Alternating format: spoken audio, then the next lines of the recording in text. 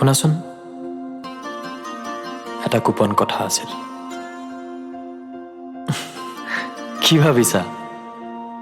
শুনা, মোৰ মানুহৰ বাবে লিখা প্ৰথমটো কবিতা। কবিতা নোৱাৰো কি, কিছু মনৰ কথা। বুকুৰ মাজত নিশাটো গুজৰি গুমৰি বৰকৈ আমনি কৰা কিছু কথা। তুমি কাষত থাকিও নথকাৰ দৰে লগা, ক'ব খুজিও নীৰৱে উচুপনি তোলা মোৰ কলিজাত উৎপাত লগোৱা কিছু কথা। ইয়াৰে কিছু কথা মনৰ আৰু কিছু কথা হেঁপাহৰ, কিছু কথা দুখৰ আৰু কিছু কথা সুখৰ। হাঁহিছা? শুনা যদি কোৱা, কথা কি গান এটাকে গাই দিম। দেই, এনেই কৈছো, জানো মুডত নাই এতিয়া, না মোৰ গান গোৱাৰ আৰু না তোমাৰ শুনাৰ।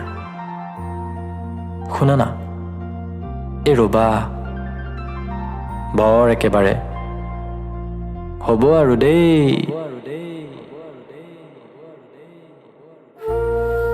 তোমাৰ কথা মনত পেলোৱা কেইটামান বিশেষ শব্দ, তোমাৰ অনুপস্থিতিত তোমাক যেতিয়াই ভাবিম, যেতিয়াই তোমাক মনত পেলাম, এইকেইটা শব্দই মনত পৰিব বাৰে বাৰে বাৰে বাৰে। বাৰু বাদ দিয়া, এতিয়া মুঠতে তুমি সুখী হোৱা আৰু মনত ৰাখিবা, মানুহ সুখী হ'বলৈ কেতিয়াও সুখ খেদি নুফুৰিবা। সুখ খেদিলে সুখ কেতিয়াও নাপায়, মাথো ইয়াক নোপোৱাৰ দুখত ভাঙি পৰা যায়। সুখ নিজে আহে, মাথো উচিত সময় লাগে।